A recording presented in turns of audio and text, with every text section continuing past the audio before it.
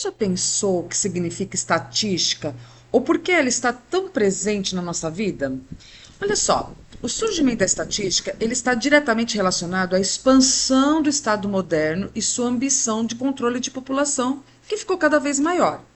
Então, gente, se a ideia de censo não era uma novidade, né? Se nós considerarmos que aquilo que nós temos mencionados na Bíblia, em pelo menos duas partes, a ampliação dos dados, sem dúvida, foi uma característica desse momento. Então, assim, nós vamos pensar justamente sobre o processo da organização dos dados, ok? Bom, mas o que são dados? Então, o dado ele pode ser considerado uma informação bruta, né, que está à disposição, mas que precisa ser coletada. Então, aqui nós temos uma interessante analogia com a atividade agrícola, tá? Vamos pensar em uma horta na qual você plantou. Então, por exemplo, você plantou tomates, você plantou pepinos, melões e plantou morangos. Cada uma das plantas vai gerar uma quantidade diferente de frutos, certo? E para ter conhecimento dessa informação, é necessário contar essa quantidade produzida. E como que é possível contar os frutos da horta? Porque essa pergunta, gente, ela parece muito simples, mas a tarefa, ela pode não ser tão simples assim, tá? Você pode se perguntar, né, o que torna esse processo de contar complexo? Contar, gente, é uma atividade muito simples que envolve uma pequena quantidade. Mas conforme, né, a quantidade aumenta, a dificuldade também cresce. Então, por esse motivo, não basta iniciar a contagem. É necessário antes saber como que você vai organizar esse processo de contagem e, consequentemente, gente, como usar bem essas informações que você tem. Então, considerando novamente aí a situação da horta, o ideal seria contar cada fruto separadamente. Dessa forma é possível saber, né, quantos tomates, quantos pepinos, quantos melões e quantos morangos foram produzidos. Só que, ao olhar para a horta, você vai se dar conta de que cada pé de tomate, ele produziu dezenas de frutos. O que quer dizer isso, gente? É fácil de se perder na contagem. Então você tem aí a ideia de acomodar os tomates em uma caixa até completar 50 unidades. Mas no decorrer desse processo, você percebe ainda que nem todos possuem o mesmo tamanho, que alguns ainda estão verdes e que talvez seja melhor deixá-los no pé para você colher posteriormente e assim por diante. Então perceba que cada nova situação e informação, ela deixa o processo de contagem cada vez mais complexo. Portanto, você vai entender o processo de contagem e a classificação necessária para um bom uso e aplicação na estatística, tá? Então vamos lá, prosseguindo, gente. Mas eu tenho uma perguntinha para vocês. Você sabe, né, o que é estatística? Nós podemos dizer que se trata de uma coleção de métodos e processos quantitativos que são utilizados para estudar e medir fenômenos coletivos, tá? A forma como se organiza esta ciência, ela que é o foco do nosso estudo nesse momento. Então, quando nós estudamos estatística, é comum, né, nós dividirmos seus conteúdos em dois grandes grupos. O primeiro deles, ele é conhecido por estatística descritiva ou dedutiva, né?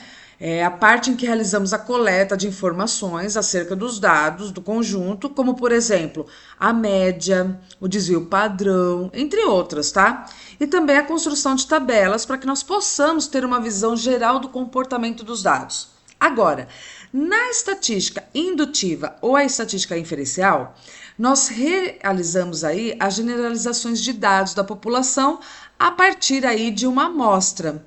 E o que quer dizer isso, né? Por meio de instrumentos estatísticos, nós podemos deduzir informações da população com a análise das suas amostras. Então, é importante destacar aqui que estes dois grupos, eles não trabalham sozinhos ou de modo independente, tá? Pelo contrário, eles atuam em conjunto porque eles são áreas complementares.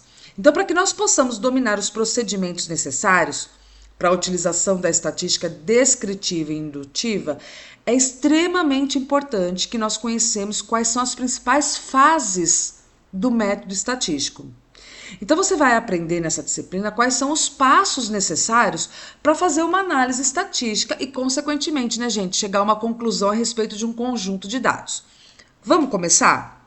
Então, olha só. A gente começa aqui com a estatística descritiva. Apesar, né, da estatística, da forma como conhecemos hoje, ser relativamente até recente, relatos de tempos muito antigos, eles citam a utilização de instrumentos primários da estatística, que nós conhecemos como gráficos, tabelas e outros, né?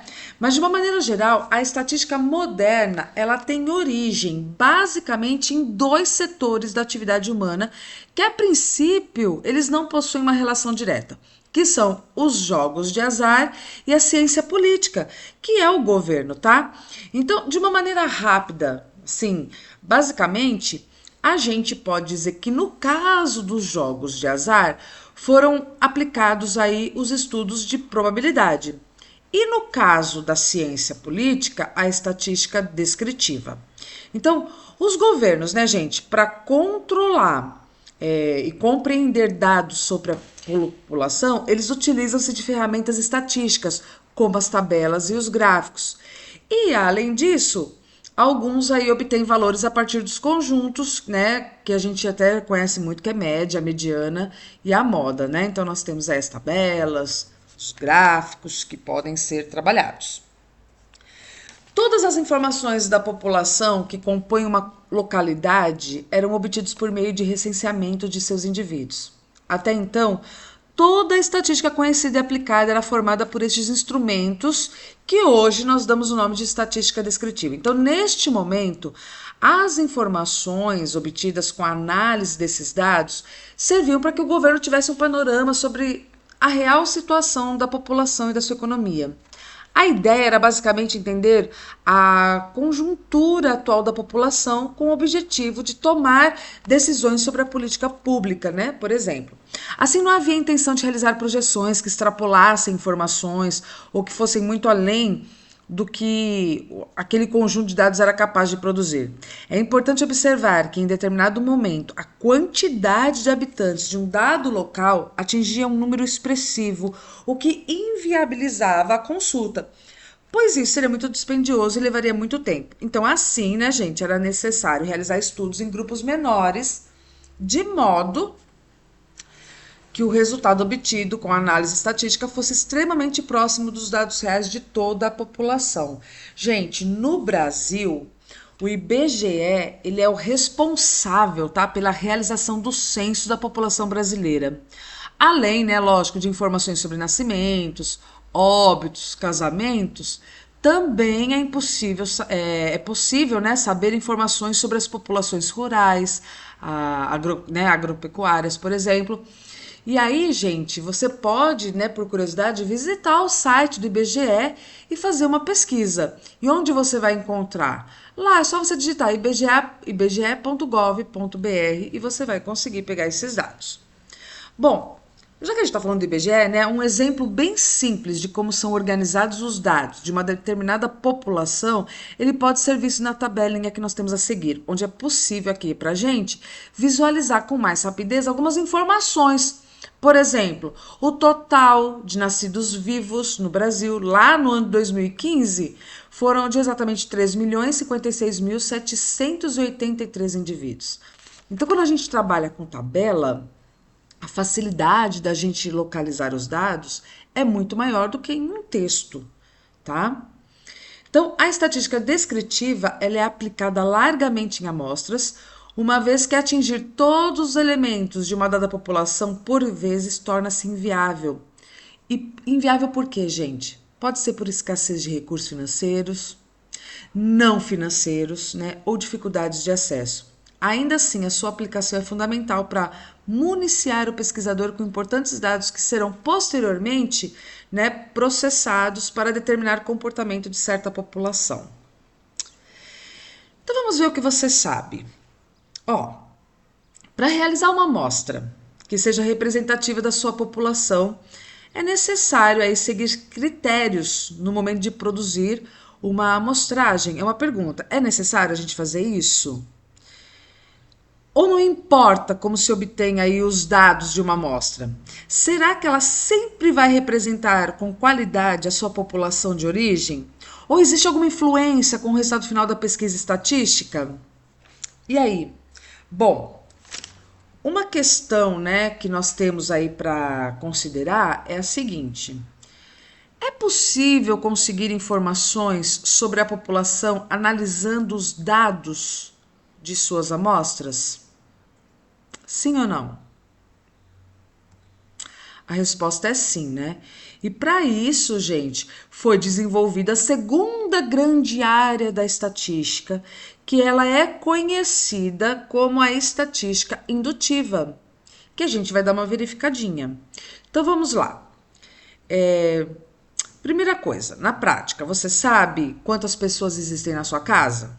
Aí fica fácil, né? Você sabe quantas pessoas existem em toda a sua família? Para algumas famílias é simples, famílias muito pequenas, para outras famílias é muito complicado. Você sabe quantas pessoas existem na sua rua? No seu bairro? Quantas pessoas existem na sua cidade, no seu estado ou no seu país? Então, as técnicas existentes na estatística indutiva, né, elas são de extrema importância, uma vez, né, que os instrumentos permitem realizações que a descritiva a gente não alcança. Então, uma situação bastante evidente é o caso de um estudo sobre a preferência de um determinado produto pela população, por exemplo, de uma cidade. Nesse caso, é possível entender que é inviável perguntar para todas as pessoas. Então, dessa forma, resta somente trabalhar a partir das amostras. Então, várias são as considerações que nós devemos ter nesse momento, e uma delas é o que queremos saber sobre a população. Então, a resposta ela poderá interferir na técnica estatística que será aplicada. Além disso, né, gente, é necessário considerar a forma de obter né, os dados para as amostras, beleza? Bom, eu estou trazendo agora aqui a atividade, né, para a aula. O que vai acontecer aqui nessa atividade? Vocês vão fazer aí um Ctrl+C, um Ctrl+V, né, desse link que está aí, a Estatística no Cotidiano Escolar, do professor Raul Henrique Cury.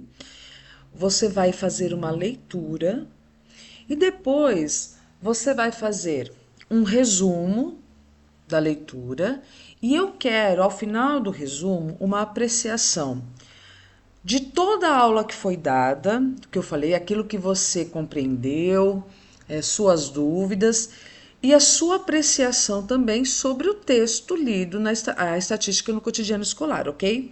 E aí você vai inserir essa atividade aqui no AVA para eu até colocar presença na aula, né? É mediante a atividade e execução, né? E como já foi dito na aula para vocês, vocês têm uma nota aí de participação, certo? Nas aulas, ok, pessoal? Então, mãos à obra, bons estudos. E aí no vídeo vocês deixam aí o like de vocês, até mesmo para contabilizar essa presença aí de vocês na aula, beleza? Deixa um comentário se quiser também, tá joia? Até nossa próxima aula, um abraço a todos!